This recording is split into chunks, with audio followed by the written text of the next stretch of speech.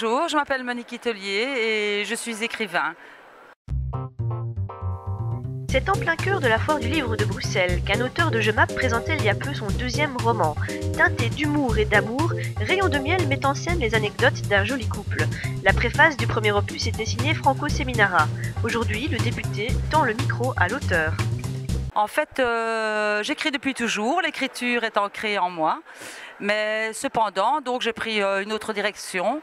Et après une carrière très atypique, je suis enfin devenue écrivain à temps complet. Et ce sont mes deux premiers livres qui se vendent très bien. C'est mon premier roman, Rayon de miel ou Les astuces d'une femme amoureuse, donc toujours roman humoristique. Et la suite attendue par mes lecteurs, voilà, Rayon de miel ou Les annales d'une belle emmerdeuse.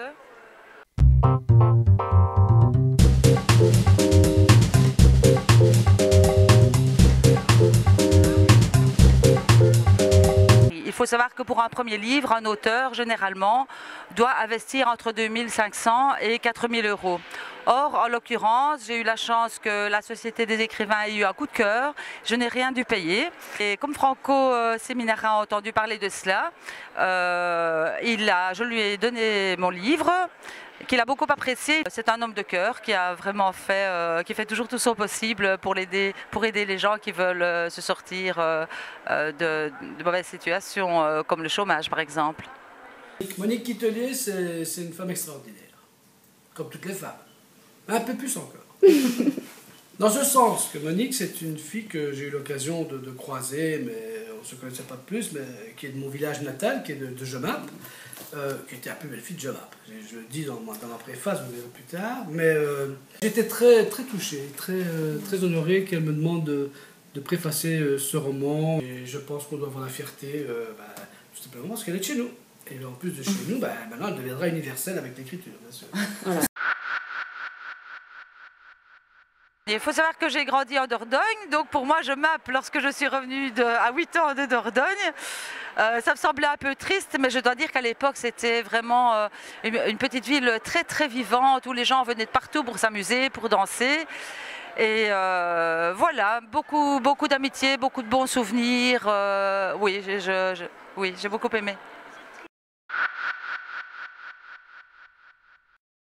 Sur 9 mois, je sors 2 bouquins, ce qui est quand même assez exceptionnel. Je l'écris vraiment avec mon cœur, avec la sincérité, avec la joie de vivre.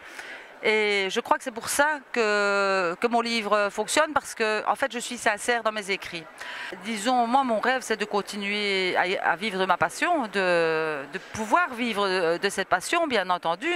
Maintenant, nous verrons l'évolution par rapport au 10e livre. C'est un rêve, je crois, pour tous les artistes que de vivre de leur rêve, de leur passion, justement. Mais ce n'est pas évident.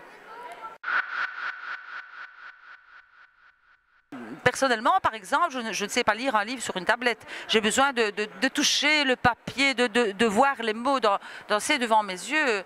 J'ai besoin de ce contact. Et peur du numérique, non, je crois que c'est l'évolution. Comme dans toute chose, il y a une évolution. Donc non, ça fait partie de la génération actuelle.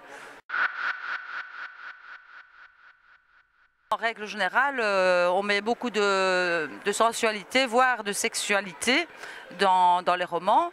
Donc, en l'occurrence, pourquoi pas, si ça peut fonctionner comme cela. Ici, dans mes romans, on aborde un peu cela sous un autre terme que je n'utiliserai pas ici, il faut le lire. Ce n'est pas un livre érotique du tout, même si le second livre s'intitule Les annales d'une belle emmerdeuse, ça n'a rien à voir.